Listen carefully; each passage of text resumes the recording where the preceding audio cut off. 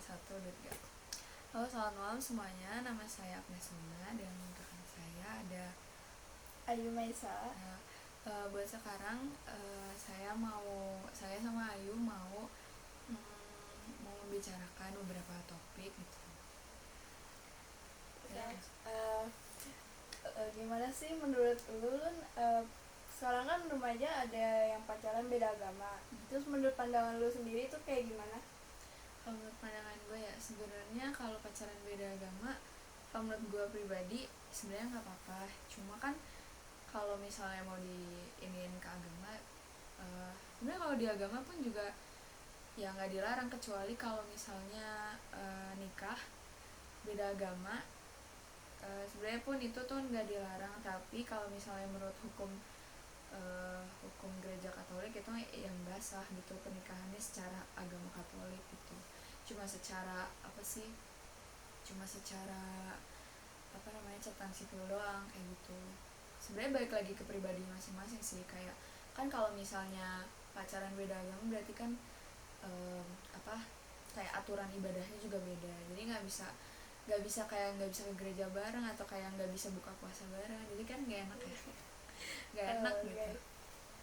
Gitu. Terus gue mau nanya nih, kalau menurut lu kita boleh nggak sih kalau misalnya kita nikah nih, terus kita nikah sama yang beda agama, terus kita ini pindah gitu agama. Menurut lu gimana? Kalau secara pemerintah gitu kan nikah beda agama itu kan nggak ada larangannya.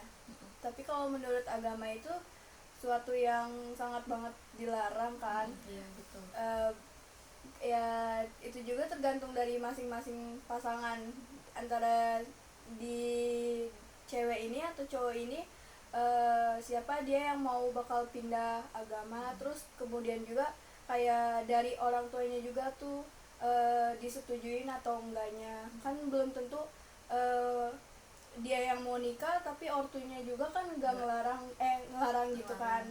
Ya, jadi ya harus dari dua kepala ini harus bisa jadi apa ya,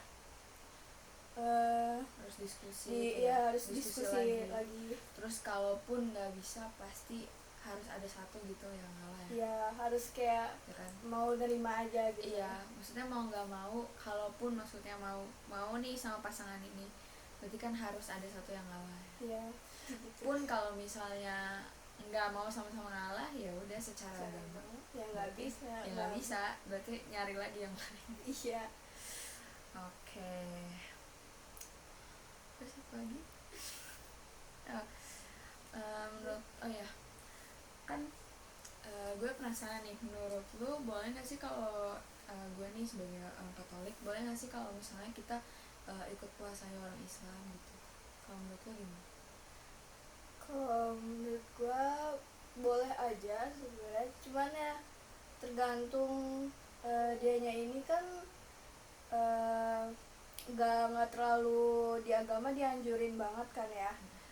Dia kayak di agama Islam gitu kan, kita harus di apa ya, setiap bulan puasa gitu kalau misalnya kita nggak ikut puasa harus ngegantiin di puasa berikutnya. Kalau menurut gue sih eh, boleh ikut, asal dia juga kuat sampai maghrib, atau ya sama aja, nggak ada larangan juga dari Jadi agama kayak nggak Islam ada ya. ngaruh apa-apa ya? Iya. Oke. Soalnya kan kalau di gue kan, maksudnya gue juga ada puasa, cuma kalau gue puasanya tuh lebih kayak pantangan, kayak misalnya pantang daging atau pantang apa. Terus kan ya kalau gue kan nggak puasa 40 hari, tapi gue ada puasa di mana yang setiap hari, apa, puasanya itu tuh setiap Jumat, terus sama pas Rabu Abu sama Jumat Agung. Kalau gue tuh kayak gitu. Oh, hampir sama ya tapi ya. Iya, tapi maksudnya konsep puasanya itu sih sebenarnya sama, cuma kalau dulu kan ada waktunya. Kalau gue nggak ada waktunya, tapi kalau gue tuh konsepnya kayak gini, jadi makan kenyang satu kali, terus kayak ada pantangannya. Misalnya nih, pantangannya itu biasanya hal-hal yang biasanya kita sering lakuin atau maksudnya sering kita konsumsi gitu. Misalnya kita sering mengkonsumsi ayam, ya berarti ya kita mengurangi gitu. Sebenarnya kalau kayak gitu sih konsepnya lebih ke kayak apa ya, kayak biar lebih hidup sehat aja nggak sih, kayak kan kita biasanya kayak makan, misalnya makan sembarangan atau misalnya beli yang manis-manis atau apa kayak gitu. Iya. Gitu sih paling. Sekarang gue mau nanya juga nih, apa bedanya sih kalau baptis Kristen Katolik sama Kristen Protestan? Sebenarnya itu beda banget sih. Kalau dari gua kan gua baptis Katolik ya gua. Kalau baptis Katolik itu tuh dia dibaptisnya itu kan dari bayi. Kita tuh kalau Katolik itu tuh baptisnya dari bayi. Terus biasanya baptisnya itu tuh dipercik doang atau biasanya kayak dituangin di kepala, tapi maksudnya nggak yang dituangin gimana ya, sekelibat aja lah gitu. Terus baru nanti diberkatin sama pastor atau romonya. Kalau kalau gue tuh kayak gitu. Nah terus biasanya pun kalau misalnya ada orang yang baru pindah gitu ke Katolik, tata caranya tetap sama, jadi tetap yang baptis percik itu. Nah cuma bedanya kalau yang Protestan ini dia itu sebenarnya ada dua yang gue baca. Itu tuh dia ada juga baptis percik sama baptis selam. Nah biasanya kalau yang baptis selam ini itu tuh dari gereja Pentakosta gitu loh. Jadi dia itu dia tuh ngikutin sesuai yang di Alkitab gitu. Kalau misalnya kalau baptis tuh harus sampai menenggelamkan gitu.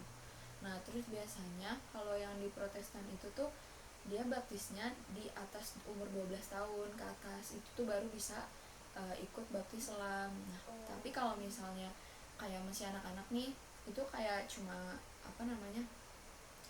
cuma diserahin aja gitu ke gereja, kayak misalnya oh ini ada nih anak, tapi nanti tetap ikut baptis selam gitu. Kalau menurut pandangan gue sih begitu baptis. Oke. Gitu. Terus kenapa pastor sama Roma itu nggak boleh nikah? Nah kalau kenapa nggak boleh nikah, sebenarnya kan kalau di gereja Katolik itu kan ada dua ya panggilan hidupnya. Yang satu panggilan hidup nikah, sama satu lagi panggilan hidup pembiara kan. Nah itu tuh mereka itu kenapa nggak menikah, karena mereka kan udah istilahnya apa ya, udah komitmen gitu, udah kan mereka udah ngambil panggilan hidup pembiara. Jadi mereka itu tuh lebih kayak lebih ke kayak apa, bukan menyerahkan, kayak maksudnya mereka tuh lebih ke pelayanan gitu. Jadi mereka tuh lebih sering pelayanan ke umat, ke gereja. Terus kayak pokoknya intinya tuh 100% hidup mereka ke Kristus gitu. Jadi kayak benar-benar melayani umat gitu. Jadi nggak menikah. Terus juga mereka tuh sebenarnya menikah, tapi menikahnya dengan gereja. Jadi maksudnya gereja ini tuh maksudnya umatnya gitu. Jadi hidup satu sama umatnya. Jadi kayak hidup satu sama umatnya itu maksudnya, jadi ya benar-benar ada hubungannya lah gitu sama umatnya gitu. Bukan dalam arti gereja itu dalam bangunan ya, bukan, tapi dari umatnya itu sendiri begitu. Oke, jadi sekian percakapan dari kami berdua. Maaf apabila ada salah-salah kata.